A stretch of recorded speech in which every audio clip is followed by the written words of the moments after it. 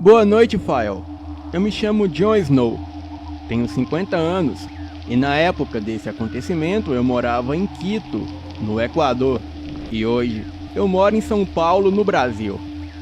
O fato que eu vou contar aqui me deixou à beira da sanidade mental toda vez que me lembro. Em 1997, eu tinha 24 anos e fazia parte das Forças Armadas Equatorianas. Naquele ano, um grupo de 4 soldados e o nosso capitão e eu fomos designados para uma missão em uma área que ficava a 60 quilômetros de Quito. Os soldados eram Jaime Lannister, Bran Stark, Joffrey Baratheon e Daenerys Targaryen. O nosso capitão era conhecido pelo apelido de Montana, que significa montanha em português.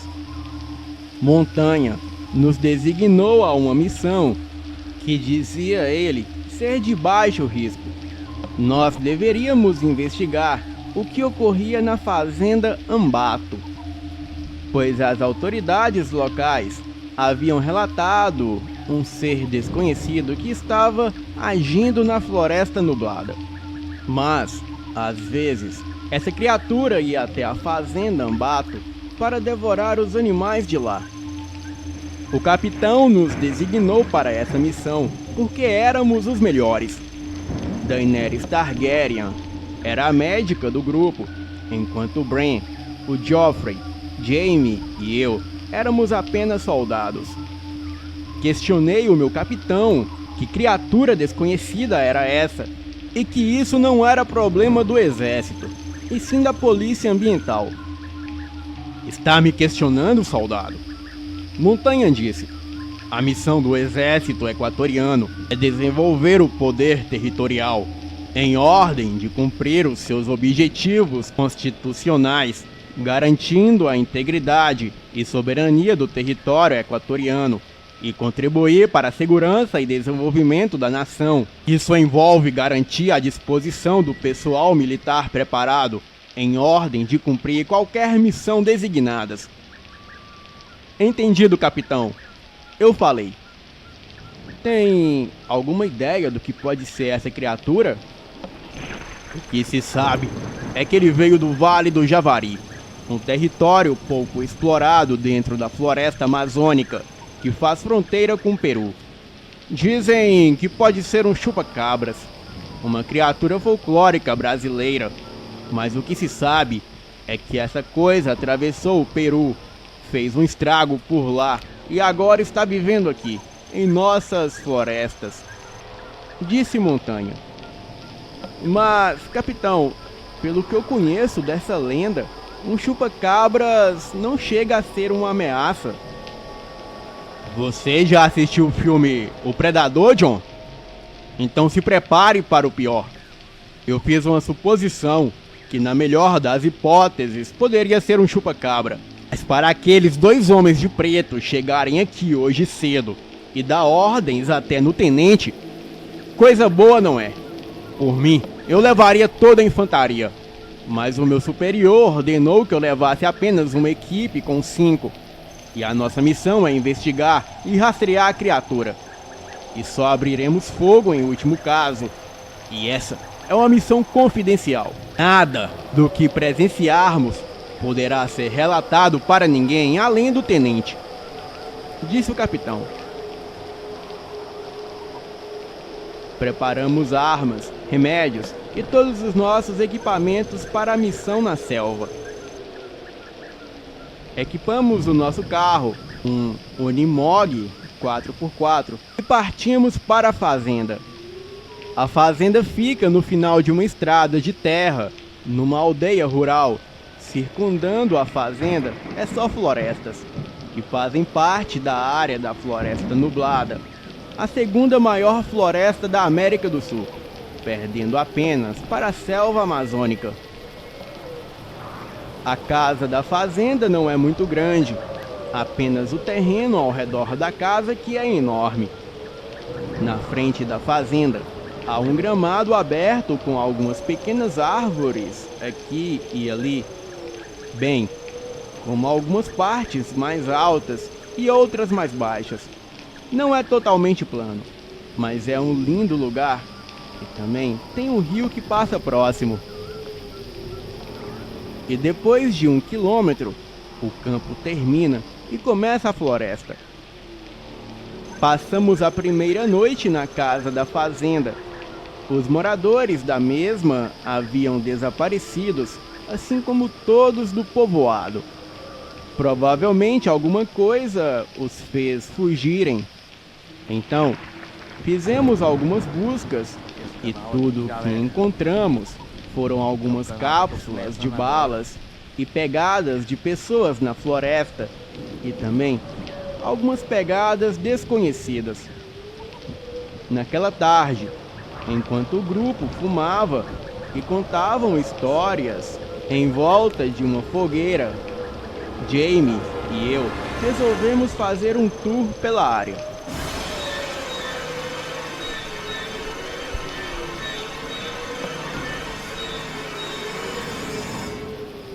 Fora da fazenda, primeira vista, as árvores parecem prolongar-se por muito tempo.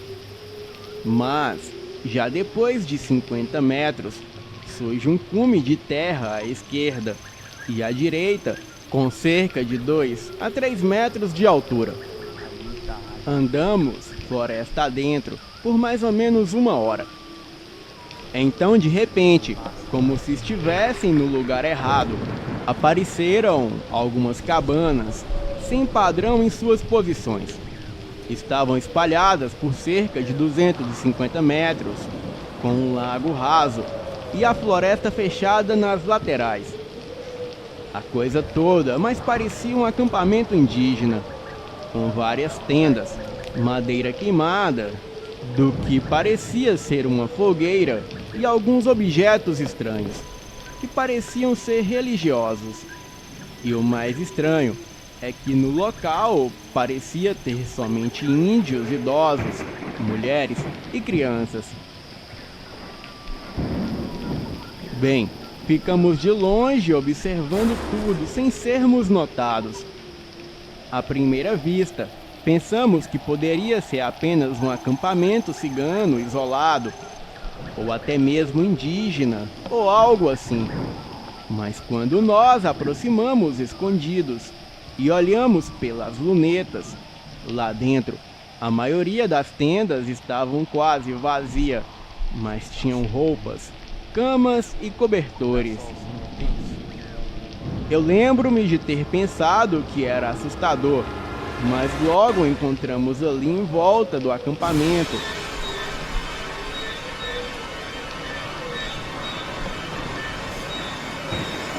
restos de animais por toda a terra atrás do acampamento. Eram carcaças de animais dilacerados e ficamos realmente assustados. À medida que nós investigávamos, nos descuidamos de esconder a nossa presença, pois quando chegamos ali, avistamos apenas algumas poucas pessoas. Mas agora não víamos mais ninguém. Era como se os velhos, as mulheres e as crianças do acampamento tivessem nos visto escondidos. Estava próximo das 18 horas, mas tudo foi se tornando escuro muito rápido. Estávamos na floresta atrás do acampamento indígena, mas para voltarmos à fazenda, tínhamos que passar novamente pelo acampamento. E quando voltei a minha visão para o acampamento, eu fiquei paralisado de medo. Uma idosa passou muito rápido e entrou em uma das barracas, porém, ela passou correndo de 4 como se fosse um animal. Eu nem perguntei ao meu amigo Jamie se ele viu aquilo, e tudo o que eu queria era correr daquele lugar. Então, demos a volta por trás do acampamento e mais um pouco estaríamos longe dali. Precisávamos voltar à fazenda e reportar isso aos demais. E quando chegamos a certo ponto da floresta, já a 1 quilômetro do acampamento, paramos para recuperar o fôlego. E foi quando perguntei ao Jamie se ele viu aquela cena bizarra da velha correndo como um bicho, e ele disse que não. O que ele viu foi muito pior. Ele disse que olhou para cima de uma árvore e viu um homem estranho lá em cima. O homem era moreno, estava sem camisa e os seus olhos pareciam negros e sem vida. E rapidamente ele voltou à visão em outra árvore, e ali também havia outro homem da mesma forma. E foi aí que ele percebeu que haviam vários homens nas árvores, um em cada árvore, e todos ali imóveis, olhando para nós e nos cercando. Isso me deixou arrepiado, mas logo tive a impressão de que estávamos sendo observados. Então, logo fomos embora, e quando chegamos na estradinha de terra que levava à fazenda, vimos um homem alto encapuzado, com roupas escuras, caminhando em nossa direção a cerca de 80 a 100 metros de distância, com o que parecia ser um rifle empunhado em suas mãos. Apontamos as nossas armas para ele e paramos para interrogá-lo e perguntar sobre tudo o que estava acontecendo por ali. Ele disse que é um morador local e uma criatura humanoide parecida com um lagarto havia aparecido e estava matando todos da região, principalmente os índios. Perguntei a ele se era um chupa-cabras. Ele deu uma gargalhada e disse: "Vocês, hombres, não está no Brasil, mas essa coisa veio de lá. Matou meu povo e agora está matando os índios. O bicho é como um camaleão. Ele se camufla até ficar invisível.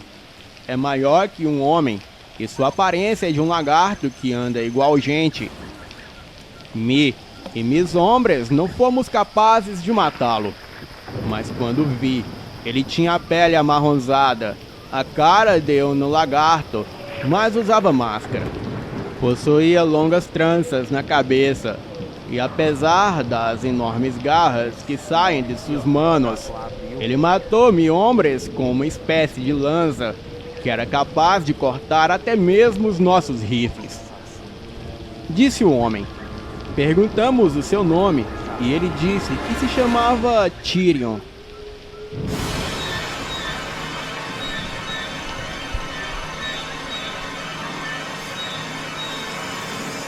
E que era melhor levar todo o exército, pois assim talvez conseguiríamos deter o Marupiara.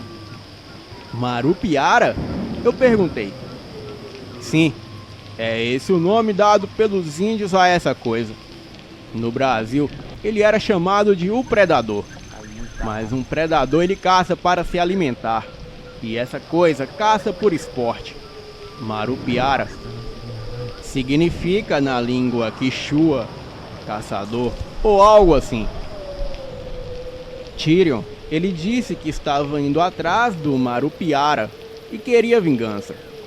Então, Jamie e eu voltamos à fazenda e reportamos tudo ao nosso grupo. A casa da fazenda era de 2 andares, sendo que eu dormia no quarto que ficava no andar de cima, e os meus companheiros dormiam na parte de baixo. O Joffrey e Bran, eles ficavam lá fora, revezando a ronda noturna, e eu ficava no quarto de cima porque tinha uma vista mais ampla pela janela. E no quarto do andar de baixo dormia Daenerys, e na sala dormia o Jaime e Montanha. E por volta de 11 da noite, eu acordei de um pesadelo. Eu não sei por qual motivo, mas estava tendo uma paralisia do sono, coisa que não me ocorria há muitos anos. Inclusive, eu acordei com a sensação de estarmos sendo observados. Talvez tivesse mais daquelas pessoas em cima das árvores, nos observando. Alguns minutos depois, eu escutei uivos bem alto do lado de fora da casa. Eu desci pelas escadas até o andar de baixo, e assim que cheguei lá, Jamie e Montanha já posicionavam os seus rifles pela janela. O Geoffrey e Bran, eles estavam na guarita lá fora e se comunicavam com nós pelo rádio. Eu fui até a janela e o que vimos foi algo de gelar a espinha. Haviam várias idosas nuas no terreno da fazenda. Elas estavam paradas e olhando para casa, mais especificamente na direção da janela da sala. E quando elas notaram eu e o meu amigo ali na janela, elas correram como animais para dentro da floresta. E todos permanecemos em silêncio, apenas apontando os nossos rifles em direção à floresta. Eu comuniquei-me pelo rádio com o Jamie. Perguntei se ele viu aquilo e ele disse que sim. Que eram as mesmas pessoas que vimos na aldeia. E ele também disse, rindo, que aquilo era mais assustador do que o tal chupa-cabra que fomos rastrear. O Jamie mal acabou de falar isso, e um ponto de uma mira verde apareceu na cabeça de Geoffrey. Puta merda! Eu falei. Então, todos ali da janela, vimos a cabeça de Geoffrey explodir. O Jamie pulou da guarita segurando seu rifle. Todos nós pegamos as nossas armas e saímos da casa, procurando o que quer que fosse aquilo que matou o nosso companheiro.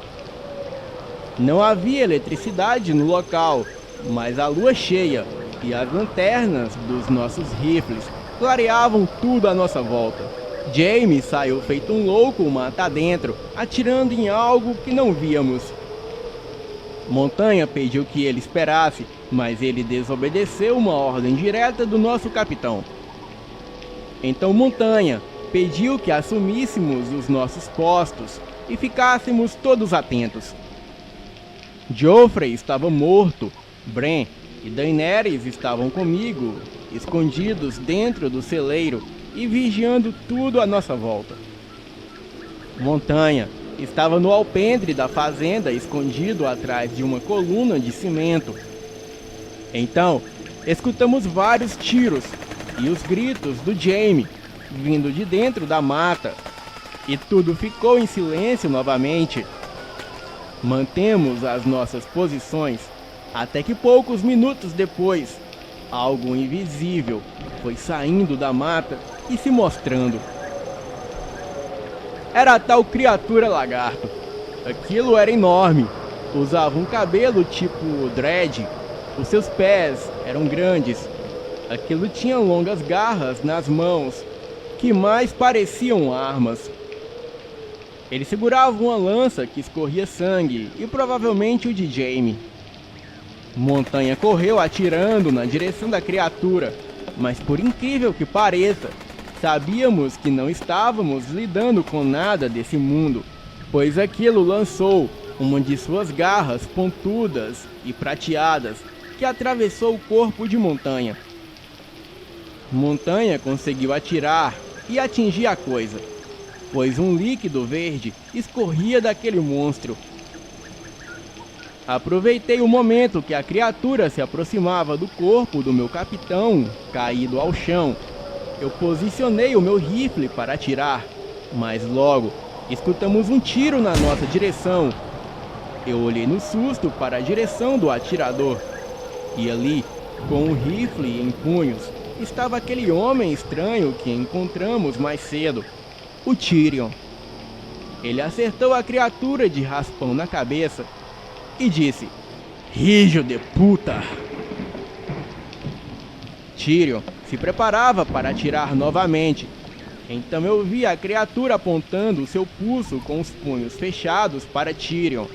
E olhando mais atentamente, eu pude ver uma arma em seu punho, provavelmente a mesma que matou Joffrey. Uma luz verde estava no meio da testa de Tyrion. Mas Montanha, que pensamos que estava morto, ele segurou a perna da criatura e o puxou, derrubando no chão.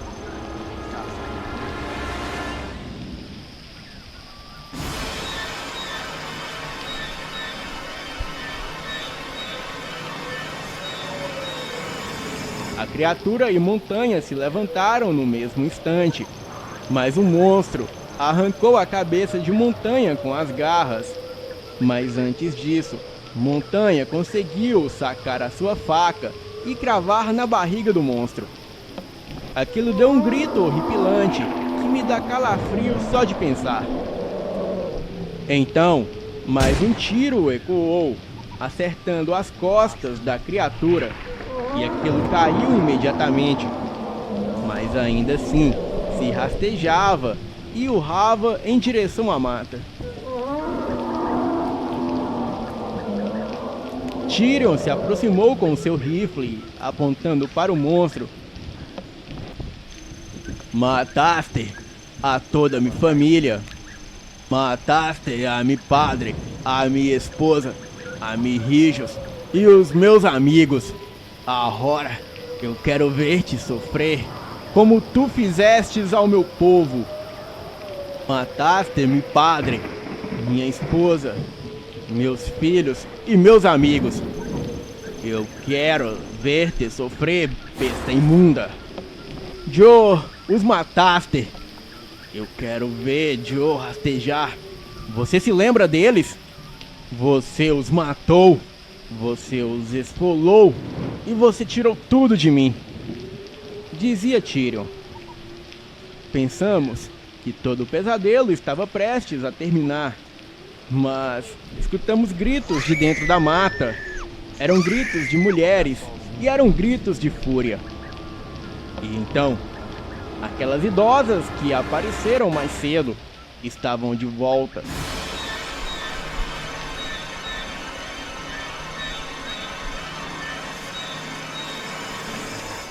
E como animais, elas partiram para cima de Tyrion. Ele conseguiu acertar um tiro na cabeça de uma delas, fazendo assim os pedaços voarem para todos os lados.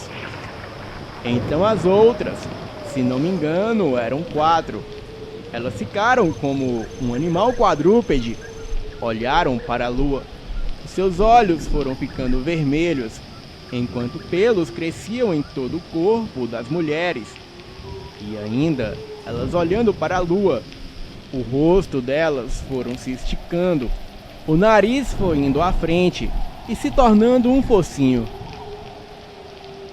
E das suas bocas saíam longas presas, enquanto o resto do corpo delas se transmutavam e revelavam uma sinistra criatura, que no Equador conhecemos como hombre lobo, mas no Brasil é conhecido como lobisomem.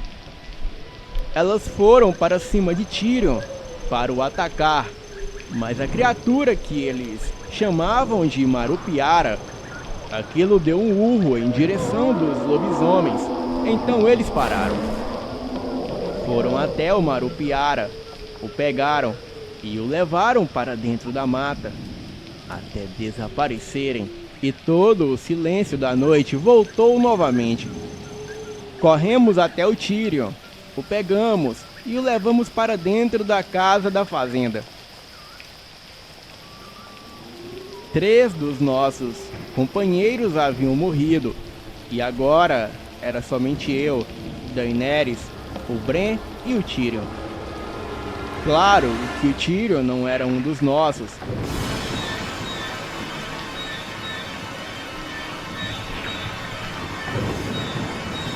Ele agia por conta própria, mas tínhamos o mesmo inimigo em comum. E naquela situação, também tínhamos o mesmo objetivo: matar a criatura ou as criaturas. Estávamos todos ali reunidos na sala do casarão da fazenda. Eu sugeri que fugíssemos e que fôssemos embora dali naquela noite, pois estávamos cercados pelas criaturas. Bem, eu perguntei o porquê daquelas mulheres se transformarem em feras, e porque elas ajudavam o Marupiara. E esse tal de Marupiara, de onde ele veio? Aquilo não era coisa do nosso planeta. As armas que a criatura usava eram literalmente de outro mundo. Pedi explicação para o Tyrion e ele disse o seguinte: Tienes razão, hombre. Essa criatura não é de este planeta. Não se sabe de onde veio. Mas, pero há rumores de que Marupiara e outros como ele vieram do Brasil e de um estado chamado Pará, de onde se levou a cabo a Operação Prato. Naquele dia, 5 de dezembro de 1977, o capitão da aeronáutica, Holanda Lima, tinha mais uma reunião com o brigadeiro Potássio Lopes de Oliveira, comandante do 1º Comando Aéreo Regional de Belém. E pela primeira vez desde que começaram a investigar a suposta aparição de discos voadores na região do Pará, o capitão Holanda, ele teria que relatar tudo aos seus superiores. O capitão Holanda e o sargento João Flávio Costa, eles tinham avistado, poucos dias antes, um troço enorme, de cerca de 100 metros de comprimento, sobrevoando o rio Guajará-Mirim. O objeto no formato de uma bola de futebol americano, grande e pontuda. Ele tinha sido fotografado, filmado pelos militares, e não havia mais dúvidas que era um objeto voador não identificado. E no interior dele, supostamente, havia uma criatura extraterrestre. As Forças Armadas brasileiras conseguiram rastrear as criaturas, mas elas fugiram pelo Vale do Javari, no Amazonas, atravessaram o Peru e vieram para a Floresta Nublada, aqui no Equador. Essa coisa matou meu povo e destruiu várias tribos da região. Então, nessa floresta existe a lenda da tribo dos Hombres Lobos. Acredito que eles começaram a cultuar o Marupiara. E agora, os Hombres Lobos e o Marupiara, eles agem juntos. Não conseguiremos fugir daqui com vida. Não essa noite. Então o melhor a se fazer é bolarmos um plano. A ideia de Tyrion era a seguinte: não poderíamos voltar para a floresta e não tínhamos comunicação com o mundo lá fora. Mas não muito longe daqui, a cerca de 3 quilômetros, no cume do Monte Nublado, existia uma base de apoio do exército que foi abandonada. Mas provavelmente os equipamentos de rádio e apoio ainda funcionavam e podíamos pedir por ajuda. Deveríamos pegar todos os nossos armamentos e seguir naquela noite, pois como o Marupiara estava ferido, a tribo dos Abigiras, o povo indígena daquela região, estavam cuidando dele, pois os cultuavam como um deus, já que, segundo a lenda, ele veio do espaço. Então, preparamos todos os nossos armamentos e suprimentos e partimos para a montanha, onde existia a base militar do apoio do exército. Era aproximadamente meia-noite. Pegamos metade do caminho pelo rio e assim chegaríamos mais rápido. Então, entramos no barco a motor que pertencia aos moradores desaparecidos da fazenda. O barco funcionava e ainda estava com gasolina. Ligamos e entramos todos no barco. Seguimos pela escuridão. Evitávamos ligar as lanternas para não sermos notados. A lua cheia clareava parte do caminho, mas a escuridão predominava a maior parte da noite. Tyrion estava no controle do barco. Dizia ele saber o ponto que desceríamos para chegar até o ponto de apoio. E seguiríamos cerca de 15 minutos de barco. Eu estava ao lado de Tyrion, observando tudo à nossa volta, enquanto Bran e Daenerys estavam na parte de trás. E por toda parte que olhávamos, víamos vultos nas matas. Era como se algo nos perseguisse por terra. Então, todos mantemos os nossos rifles em punhos e ficamos atentos, observando tudo à nossa volta. Logo Daenerys, ela disse que havia alguma coisa lá na frente, mas não vimos nada. Mas ela insistiu que estava lá no meio das águas. Não queríamos ligar as lanternas, mas ela ligou.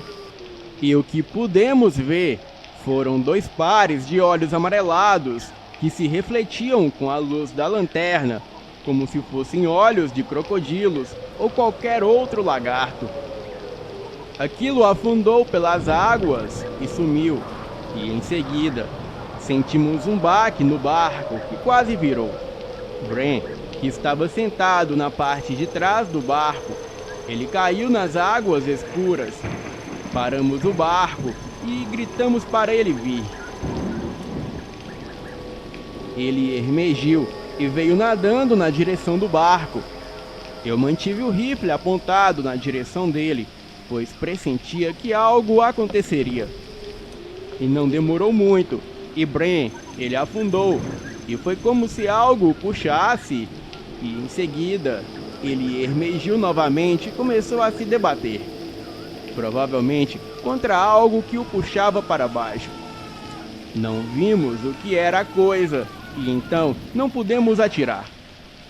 Daenerys se preparou para pular, mas antes disso, vimos a água ficar toda vermelha e os barulhos pararem. Tyrion ligou o barco e novamente partimos dali. Chegamos no ponto dito por Tyrion, onde seguiríamos a pé até chegarmos no posto avançado. Tínhamos que caminhar cerca de 15 minutos por mata fechada e cerca de mais 10 para subir certa parte da montanha nublada. Estávamos muito tristes pela morte de Bran, pois ele era uma boa pessoa, não só ele, mas todos os outros. Bem, não tínhamos tempo para nos lamentarmos. Eu segui em frente, pois aquilo era uma questão de sobrevivência. A mata estava bem fechada e estávamos prontos a nos deparar com qualquer tipo de perigo, mais especificamente qualquer tipo de predador. Dizia Tyrion que deveríamos nos apressar, porque a floresta era o território deles e o mais sensato era sair para um campo aberto, onde teríamos uma visão mais ampla de tudo. E depois de andarmos cerca de uns 10 minutos, Daenerys parou e pediu que olhássemos para cima das árvores. Então, apontamos as nossas lanternas e o que vimos foi uma coisa aterrorizante. Eram criaturas de pelos escuros e outras de pelos amarronzados.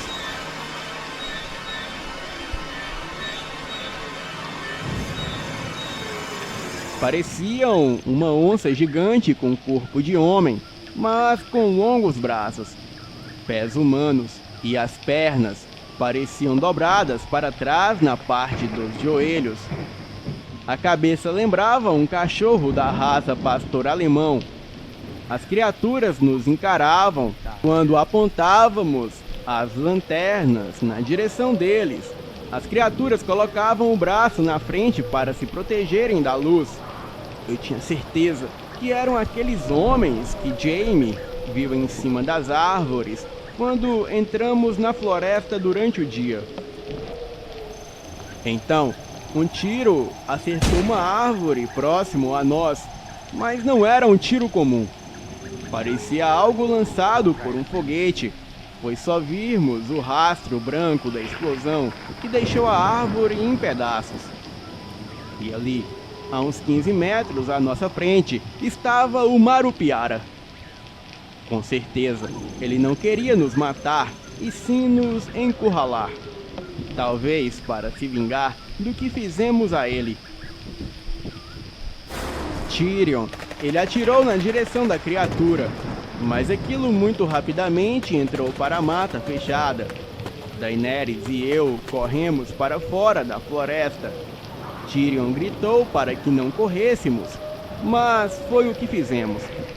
Saímos correndo. E assim que saímos da mata, estávamos em uma área de campo aberto, onde já avistávamos a montanha e o caminho que levava até o ponto de apoio militar.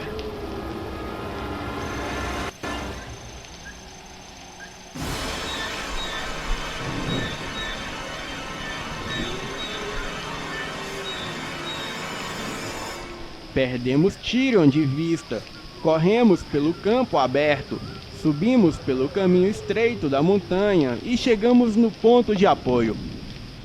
A porta estava emperrada, então tivemos que forçar para abrir. Porém, não havia ninguém no local. Tudo estava empoeirado, mas havia muito armamento pesado, inclusive granadas.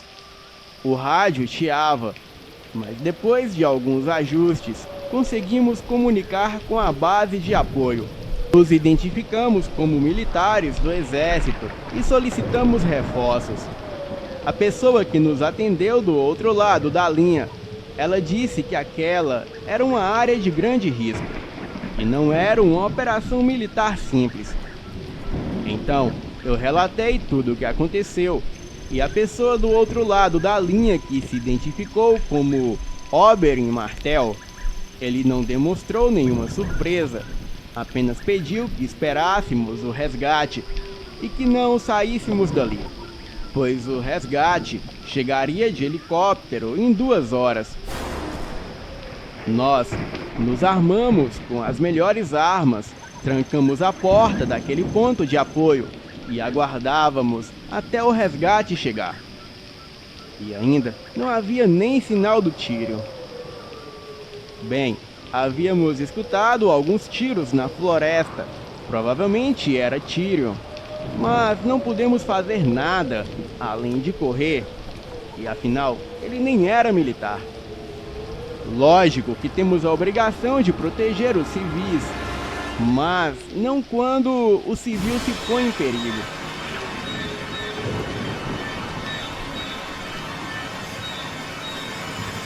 Bem, aproximadamente 40 minutos depois, ouvimos alguma coisa forçar a porta. Então Daenerys e eu apontamos as armas na direção da porta. Escutamos a voz de Tyrion perguntando se havia alguém ali. Então, aliviados, abrimos a porta para ele. Ele disse que a criatura se recupera muito rápido dos ferimentos, mas o havia atingido. Porém, novamente a criatura foi salva pelos hombres lobos em cima das árvores. E isso deu tempo para ele correr e chegar ali no ponto de apoio. Ele disse também que os 2 soldados que ficavam ali foram mortos pela criatura há cerca de 1 semana. Então, seríamos presas fáceis ali, e o melhor a se fazer era usar todo aquele armamento para destruir a criatura. O quê? Já solicitamos apoio. O resgate chegará em 1 hora e não vamos voltar para aquela mata, eu disse. Vocês solicitaram apoio? Estávamos tão próximos de acabar com aquela coisa. Vocês 2 são uns covardes. O monstro matou seus companheiros e vocês não farão nada. Os covardes não devem sobreviver. Ainda mais quem deixa os companheiros para trás, disse Tyrion. Em seguida, ele me deu vários tiros com a metralhadora no peito. Eu caí e fingi estar morto. Porém, o colete que eu usava salvou a minha vida. Em seguida, ele mandou Daenerys largar todas as armas e ela, chorando, fez tudo o que ele pediu. Ele mandou ela se algemar e em seguida saiu com ela para fora daquele lugar. Ele a levava até o campo aberto, pouco abaixo de onde estávamos. E lá, ele gritou pela criatura. E minutos depois, aquilo saiu do mato, seguido por alguns hombres lobos, E Tyrion, ele jogou Daenerys ao chão na direção do Marupiara. A criatura pegou Daenerys pelo pescoço e com aquela cara asquerosa, ele fazia um ruído estranho na direção do rosto de Daenerys. E assim que Tyrion apontou o rifle para atirar no Marupiara, parecia que o monstro já sabia, pois rapidamente um tiro foi lançado do ombro da criatura, que destruiu o braço de Tyrion com o rifle e tudo mais. O tiro foi como uma explosão branca, e pareceu que cicatrizou o braço de Tyrion no mesmo momento que o atingiu, deixando apenas o toco do ombro.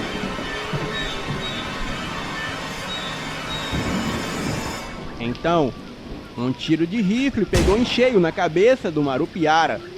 Eles não haviam notado a minha falta, mas eu, ali detrás de uma pedra, eu consegui mirar e acertar em cheio a cabeça da criatura. Aquilo soltou Daenerys e caiu de joelhos e em seguida caiu estirado no chão. Os homens lobos em volta, eles ficaram gritando eufóricos, partiram para cima de Tyrion e o devorou em segundos. Daenerys correu dali e algumas das criaturas corriam atrás dela, e eu, ao longe, consegui derrubar duas das criaturas com o rifle, mas não daria conta de todos eles. Então, escutei o barulho de helicóptero e logo escuto um tiroteio tremendo e homens de pretos desciam do helicóptero. Eram 3 homens trajados de preto e o piloto usava roupas do exército. Os homens de preto usavam rifles e até lança-chamas contra as criaturas. Então, os homens lobos recuaram para a floresta, e o que eu vi em seguida, eu fico com receio de contar, porque vai além da imaginação humana. Outros seres iguais ao Marupiara, eles apareceram e recolheram o corpo do companheiro morto, e os homens de preto não fizeram nada. Em seguida, do nada, apareceu uma enorme nave alienígena. Isso mesmo, a mesma estava camuflada ali próximo.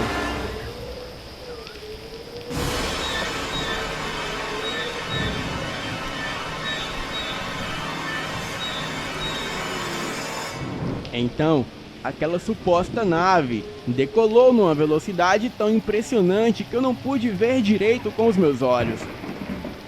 Daenerys e eu fomos resgatados, e os homens de preto nos fizeram inúmeras perguntas. Eu fui preso sem saber o motivo. Eu não vi a Daenerys por quase 3 meses. Bem, fiquei preso até receber uma proposta de um homem que provavelmente era o superior daqueles homens de preto. A proposta era que eu me juntasse à organização. Bem, eu não posso falar o nome verdadeiro, mas aqui no canal vocês conhecem como Discob. Aquela era a minha única forma de sobrevivência, então aceitei. Passei por rigorosos treinamentos e quando me juntei à corporação, eu finalmente reencontrei Daenerys. Ela também havia sido recrutada para fazer parte do Discob. Bem, Fael, hoje eu sou aposentado pelo Discob. Recebo uma aposentadoria fictícia, que nem o governo reconhece, mas é um bom dinheiro. Bem, Fael, todos os nomes nesse relato são fictícios. Obviamente você percebeu, mas a história é real e, inclusive, aconteceu muito mais coisa no tempo em que eu integrei o Discob. Mas por questões de segurança da minha própria vida, eu não poderei relatar. Boa noite.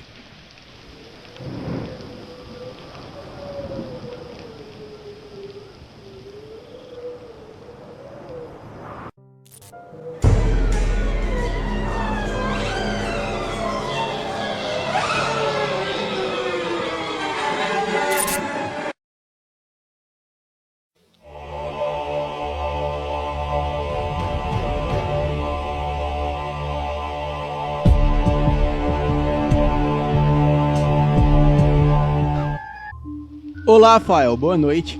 Pela minha função, integridade e motivos de represálias, eu não posso falar o meu nome verdadeiro, mas podem me chamar de Bruce Dickinson.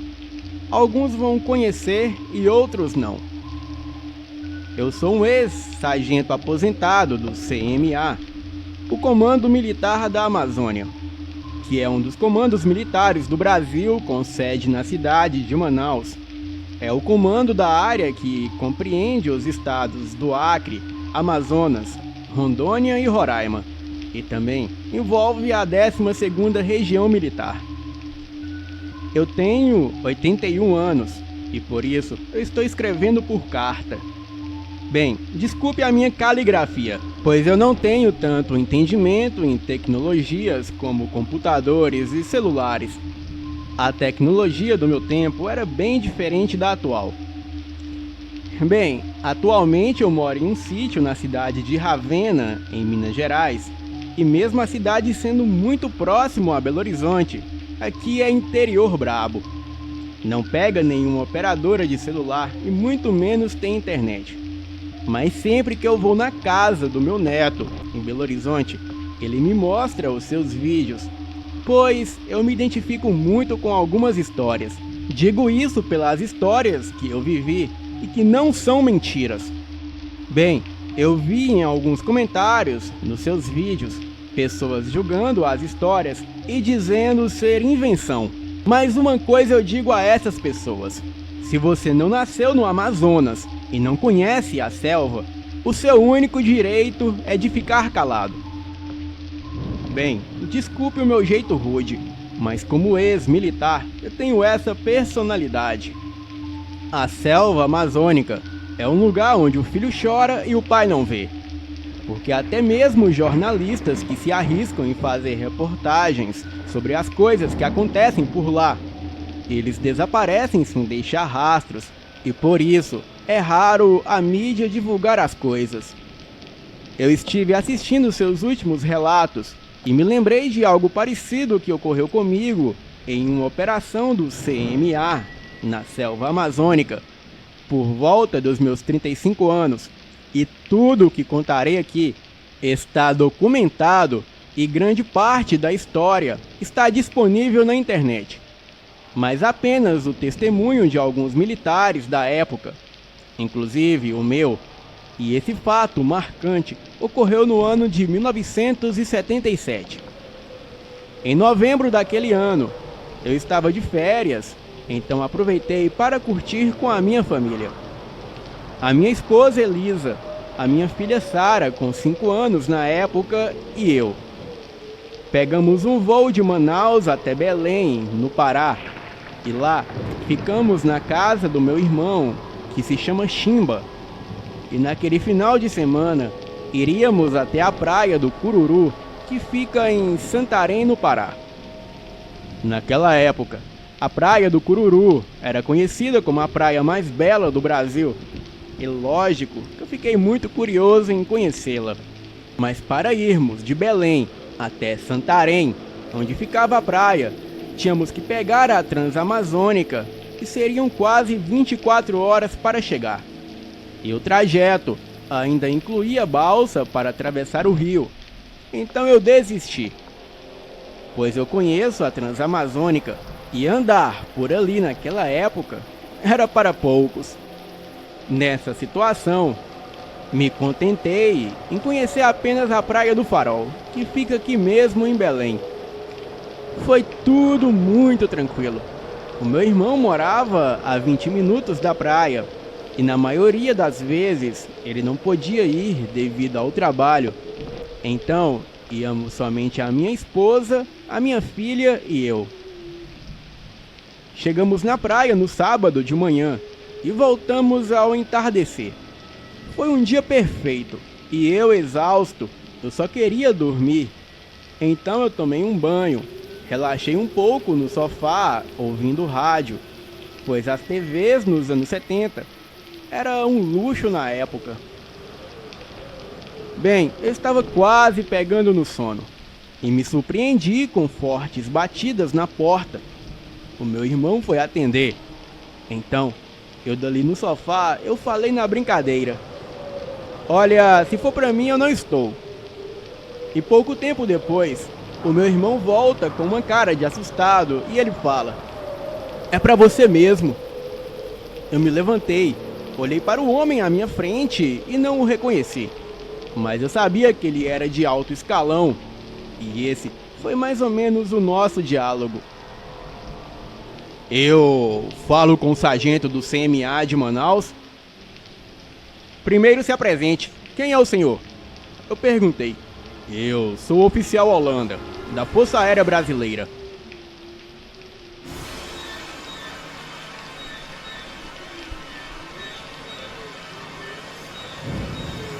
E preciso que venha comigo para uma operação extraoficial. Está louco, homem? Sabe com quem está falando? Eu sei exatamente com quem estou falando. Estamos sendo atacados pelo espaço aéreo e não sabemos do que se trata. Mas precisamos de uma equipe em terra. E você é o mais qualificado. Você pode vir comigo. Ou recusar e ser preso junto com a sua família por violar o seu dever constitucional de defender a pátria. Eu percebi que lá fora estavam outros oficiais. Então, para não pôr a minha família em risco, até porque o Brasil vivia a ditadura militar, eu decidi ir com o oficial Holanda. Entramos no carro e partimos para a base militar, onde me seria explicado tudo o que estava ocorrendo. E assim que cheguei, havia uma equipe da Força Aérea e uma das comandantes da operação pediu que eu sentasse e começou a dizer: a Força Aérea Brasileira desenvolveu na Amazônia uma operação sigilosa ligada a OVNIs. E pelos incríveis resultados alcançados, a denominamos de Operação Prato. Talvez essa operação seja um dos mais extraordinários feitos mundiais na área da investigação ufológica. E solicitamos a sua presença na ativa. Estamos sob ataque? Perguntei. Acho que sim. Ela respondeu. Algumas pessoas passaram a afirmar que tinham sido atacadas pelas luzes e todas foram levadas para hospitais, onde constatou-se queimaduras de 2º grau. E estes ataques passaram a ser chamados pelos moradores de chupa-chupa.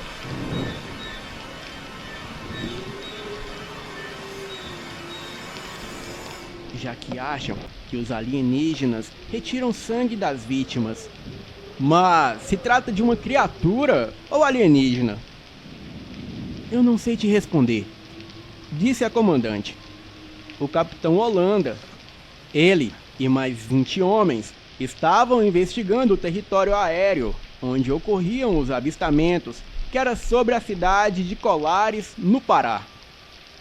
E quanto a mim, eu teria que fazer uma investigação por terra dentro da selva amazônica, mais precisamente no Vale do Javari, onde só de falar nesse local já me sobe um calafrio. Aquilo era muito surreal para que eu acreditasse, mas o capitão Holanda, ele me mostrou vídeos confidenciais, como gigantescas naves realizando movimentos impossíveis até mesmo para aviões. E seria a nave-mãe que recolhia outras bem menores. Ali, naquele local, quem viveu na época sabe que havia uma base militar em Colares e a área estava cercada e restrita por vários quilômetros, onde somente oficiais das Forças Armadas e soldados eles tinham acesso e era comum homens de preto entrarem e saírem quando bem entendiam. Eram homens estranhos, pois trajavam roupas social preta, mesmo naquele calor escaldante de Colares. Os homens eram quase albinos e também usavam o chapéu preto. Para você que está escutando e duvida dessa história, a matéria foi divulgada pela BBC anos depois e está disponível na internet. É só pesquisarem sobre a Operação Prato. Mas deixarei o link da matéria aqui na descrição desse vídeo. Voltando ao relato. Eu voltei para Manaus Reuni uma equipe com os 5 melhores desbravadores do pelotão, entre eles um médico chamado Silva, 2 atiradores, um chamado Oliveira e o outro Santos, que afinal também era o nosso motorista, e um guia florestal chamado Braga, e eu como capitão da equipe. Iríamos entrar na selva e seguir até o Vale do Javari, onde só de se chegar já seria uma missão difícil. Ainda mais naquela época, com tribos canibais que nunca tiveram contato com o homem. Bem, mas era ali, a suposta localização onde uma nave alienígena havia se instalado. Outro desafio era chegar antes dos americanos, que de forma ilegal haviam invadido o território brasileiro atrás dessa suposta nave.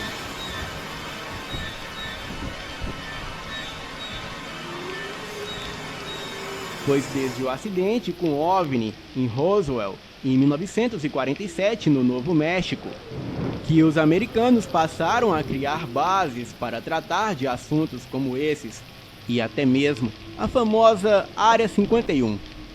O nosso guia florestal, o Sr. Braga, ele era um homem mais velho do que eu, então eu me dou ao respeito de chamá-lo de senhor, mesmo sendo seu superior. Braga, apesar de ter nascido em família indígena, ele serviu por muitos anos à CMA e realizou várias missões de risco naquelas matas. Vou resumir. Imaginem uma família em uma casa, marido, esposa, filhos, cachorro e uma faxineira. Quem sabe todos os segredos? Sim, é a faxineira. Ela tem acesso a todos os lugares da casa, limpa toda a bagunça feita pela família, e na sujeira é onde os segredos se revelam. Em outras palavras, a faxineira sabe todos os segredos da família, e o Sr. Braga era a nossa faxineira. Entramos no caminhão do exército e partimos pela Transamazônica. Pegamos uma trilha por dentro da selva, até chegar em um ponto de apoio onde faríamos a travessia do rio a barco, e o resto do percurso do caminho seguiríamos a pé mata adentro. E durante o caminho pela trilha, o Sr. Braga, ele me disse que era muito provável que nos deparássemos com algo bem pior do que um OVNI, pois ele já havia estado em outra missão há 5 anos com outro pelotão, ali mesmo no Vale do Javari.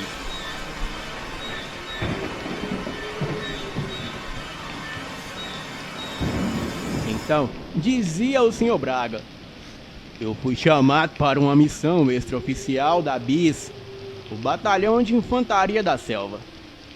O chamado foi devido ao desaparecimento de uma tribo local e mais de 200 índios desapareceram sem deixarem rastros. Não haviam sinais de luta ou ataques, nada. Eles também não haviam se mudado, pois nada havia sido levado da aldeia.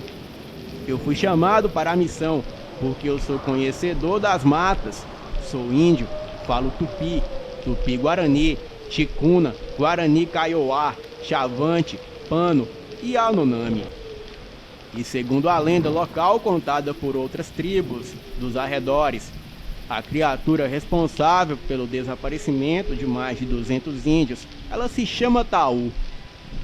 Taú é o nome de um espírito maligno na mitologia guarani. E embora Taú não seja visto como o diabo, ele é visto nas crenças cristãs. E ele, às vezes, era chamado de espírito do mal. E como tal, ele pode ser a personificação do próprio mal. Taú foi como um nêmesis de Angatupiri pelo deus supremo da mitologia guarani, Tupã, e foi deixado com a humanidade na Terra. Esse é o ponto de vista indígena.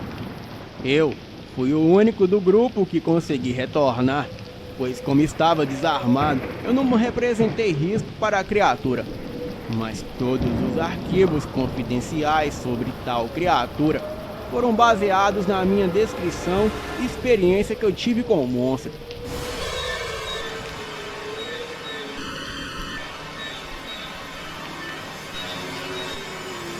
Tau, o malvado, ele fora o responsável pela maioria das mortes dos índios.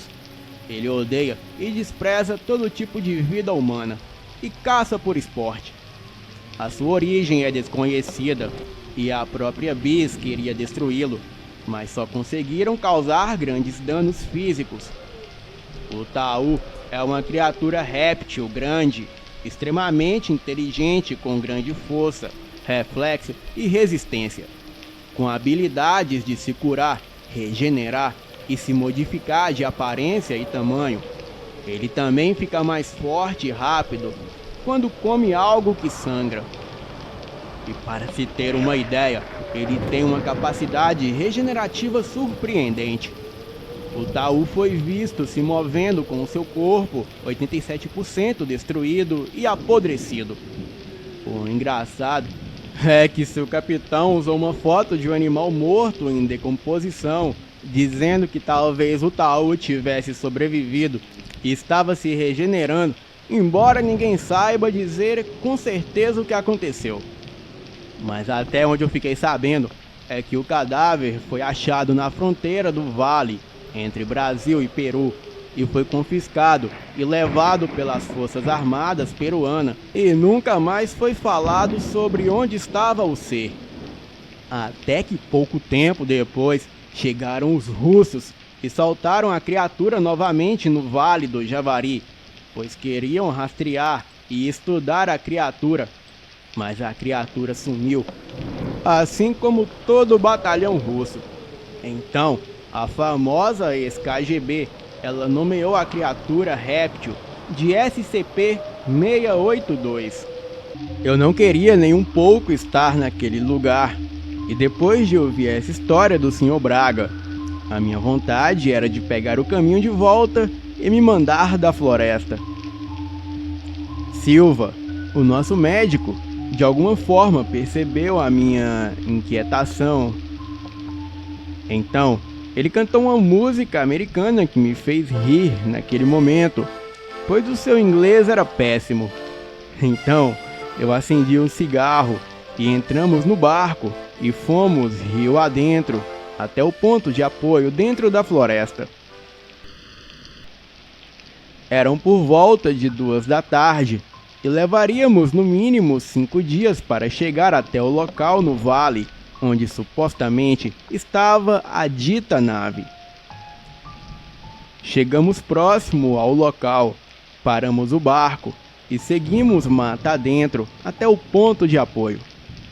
Não tivemos nenhum imprevisto, além dos animais da selva, o que já era previsto. Então chegamos no ponto de apoio, usamos o rádio para comunicar com a base e passamos aquela noite ali na base. Era meio que um tipo de escotilha, pois a entrada ficava camuflada e a parte principal era subterrânea, mas a antena de comunicação ficava discretamente no ponto mais alto. De certa forma, nos sentimos seguros ali na base, mas não por muito tempo.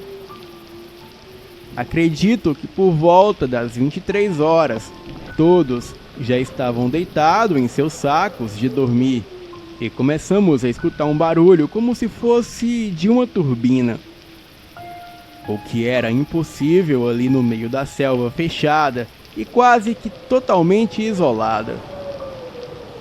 Pegamos as armas e saímos lá fora. Eu vi uma das coisas mais impressionantes da minha vida. Era um enorme OVNI em forma de bumerangue. Ele estava parado quase acima de nós e era no mínimo umas 20 vezes maior que um Boeing. Ele estava na altura das nuvens, eu não sei ao certo, mas de uma hora para outra, aquilo desapareceu como se simplesmente ficasse invisível. O OVNI, ele emitia uma luz ofuscante como a lua cheia, e de repente,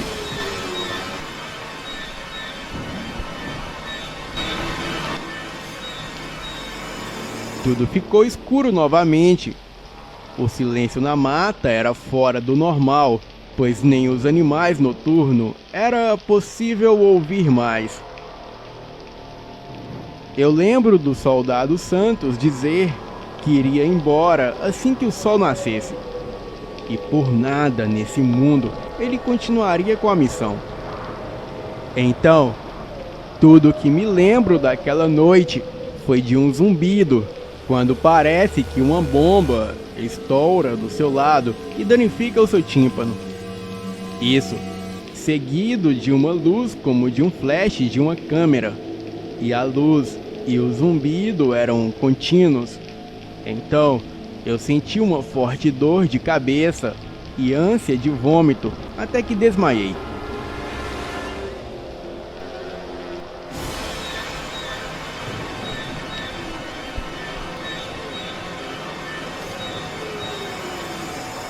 Acordei dentro da escotilha. Estava muito frio, apesar da região ser normalmente quente. O Sr. Braga estava caído a poucos metros de mim. Ele estava bem, só estava dormindo, assim como eu. Saímos rapidamente lá fora e o que vimos foi uma verdadeira cena de filme de terror. O nosso médico, o Silva, os atiradores Oliveira e Santos, eles estavam pendurados em uma árvore e os seus corpos estavam esfolados, e só foi possível reconhecê-los por causa das roupas no chão, que apesar de estarem em trapos, ainda tinha a identificação de cada um escrita no uniforme, e também as armas de cada um que estava no chão e várias cápsulas de balas. Eles haviam descarregado as armas antes de serem mortos, obviamente, e eu não faço a menor ideia de como tudo aquilo aconteceu. Talvez eles tenham nos levado para dentro da escotilha assim que o Sr. Braga e eu desmaiamos, e em seguida eles saíram lá fora para confrontar com algo desconhecido. O que quer que tenha feito aquilo com os meus amigos, com certeza não era algo desse mundo. Não sabíamos o que fazer, o medo nos dominava e mesmo armados, nos sentíamos inúteis. Não podíamos pedir reforços pelo rádio, pois além de ser uma operação extraoficial, o resgate levaria mais tempo do que nós irmos embora dali. E também, informar que abandonaríamos a missão estava fora de cogitação. O Sr. Braga, ele sugeriu que fôssemos até uma aldeia que não ficava muito longe dali. A aldeia do povo Banauá ficava a cerca de 3 quilômetros. Então, como era por volta das 7 da manhã, partimos rapidamente. Foi uma longa caminhada pela mata, e como tínhamos que abrir trilha e fazer alguns caminhos, isso nos atrasava, mas logo que chegamos em uma trilha, nos demos conta que estávamos no caminho certo. E cerca de menos de 1 quilômetro da tribo, fomos abordados e rendidos por 5 índios dessa tribo. O Sr. Braga, ele conseguiu comunicar com eles e explicou toda a situação. Eles recolheram as nossas armas e nos levaram para a aldeia. E ali viviam cerca de 100 índios. A maioria eram jovens e mulheres. E o interessante desse povo é que as mulheres também são guerreiras, conhecidas como as Amazonas, nome que faz referência à selva.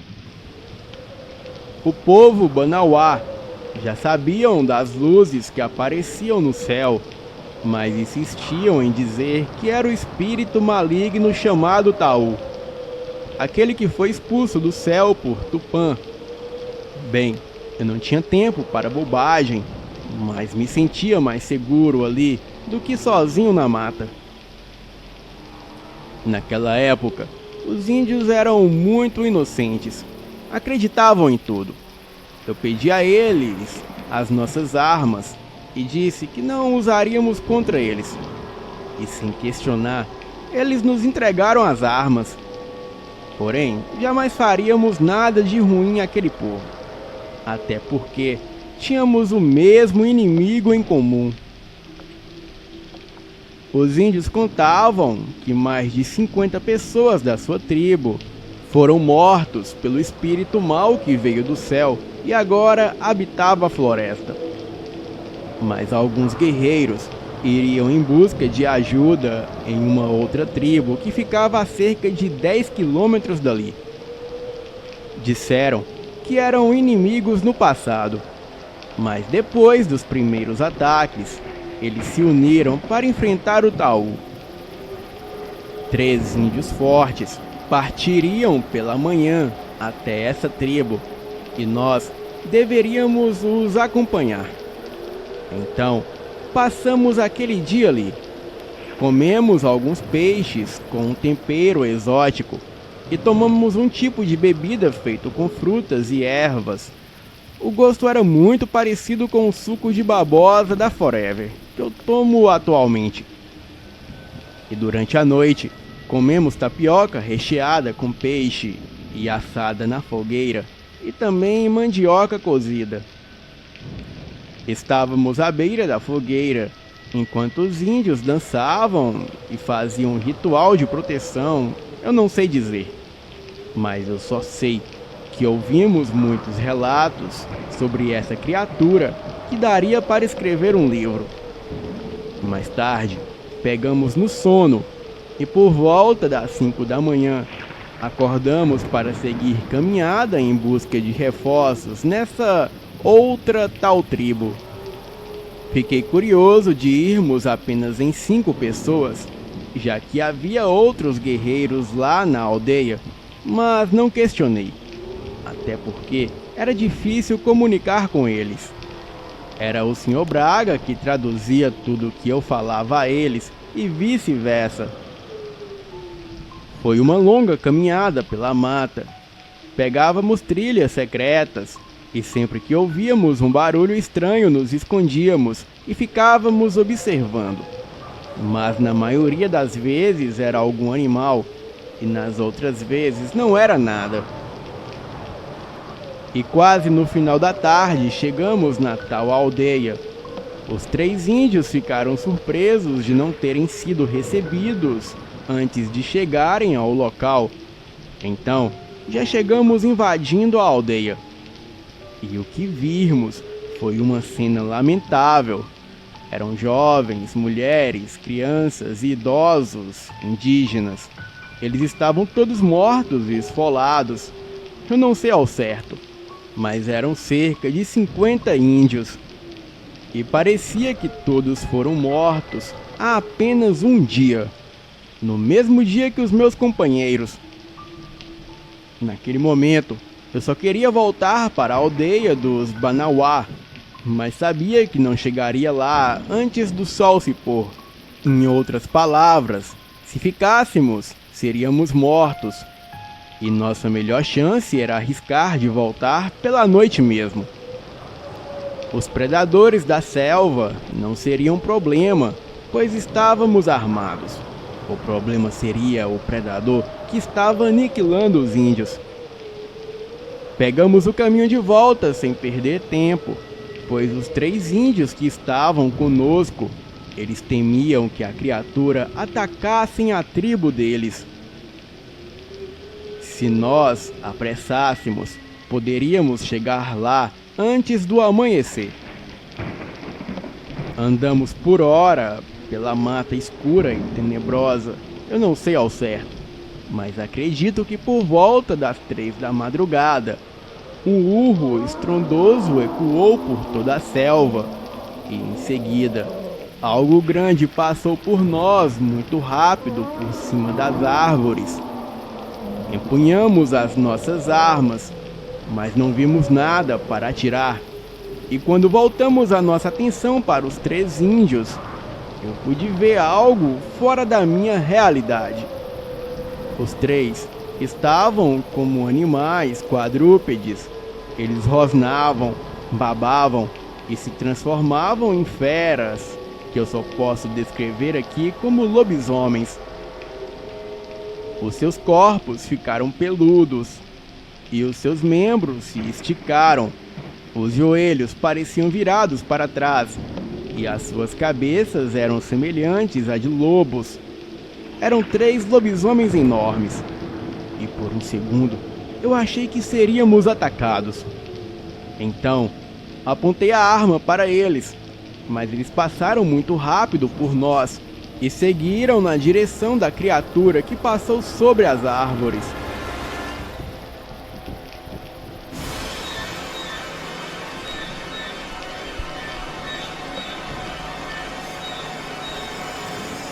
O Sr. Braga e eu nos apressamos em direção à aldeia, e eu creio que chegamos depois de 1 hora. Mas o que vimos ali foi um cenário horripilante. Vários índios mortos e outros atacavam a criatura que eles chamavam de Taú. Atacavam com fogo, flecha e lança, e a maioria estavam mortos, enquanto a mesma criatura travava uma luta mortal com aqueles 3 lobisomens. O que posso dizer é que a criatura deveria ter em torno de 2 metros. Tinha a pele asquerosa e dentes e garras enormes, e usava um colar de dentes humano no pescoço. A criatura levava vantagem sobre os 3 lobisomens, e apesar das feras serem rápidas, o alien os pegava e os arremessavam longe. Então, em uma oportunidade única, eu dei um tiro certeiro com a minha Magnum bem no meio da cabeça da coisa. Aquilo parou por um tempo, cambaleou e caiu em seguida. Os 3 lobisomens, mesmo feridos, eles aproveitaram e desmembraram a coisa, dando um fim definitivo naquilo. O povo Banauá, eles comemoraram o fim do pesadelo e, em troca, eles nos escoltaram na manhã seguinte, em segurança, até onde estava o nosso barco, e assim pudemos voltar em segurança até a trilha onde estava o caminhão. Seguimos pela Transamazônica até a cidade mais próxima, e de lá entramos em contato com o meu superior e retornamos para Manaus e relatamos tudo. A ordem era clara: não podíamos revelar nada do ocorrido. O Sr. Braga, ele saiu em outra missão com outro grupo, mas dessa vez ele não retornou. E até onde eu fiquei sabendo pelo meu superior é que ele foi morto junto com todo o pelotão que o acompanhava, mas o que os atacaram esfolaram todos como de costume. O capitão da Força Aérea de Manaus, Holanda, ele me revelou muitas coisas sigilosas que pediu que eu nunca as revelasse. Mas em 1997 eu consegui convencer o capitão Holanda a conceder uma entrevista à BBC. E naquele ano, a mídia estava interessada em casos de OVNIs, pois em 1997 foi o ano que começaram os avistamentos do chupa-cabra. Então, a minha entrevista ficou adiada para um mês depois. E no dia da entrevista de Holanda, o coronel reformado, ele contou à BBC detalhes da operação e voltou a relatar os seus muitos avistamentos e admitiu que teve medo de ser abduzido e revelou que a investigação foi amplamente documentada e só de fotografias haviam mais de 500. Isso sem falar das 16 horas de filmagens e de um caderno de 2.000 páginas de relatórios. O caso repercutia muito e a minha esposa conseguiu me convencer a cancelar a minha entrevista com a BBC, e assim eu fiz.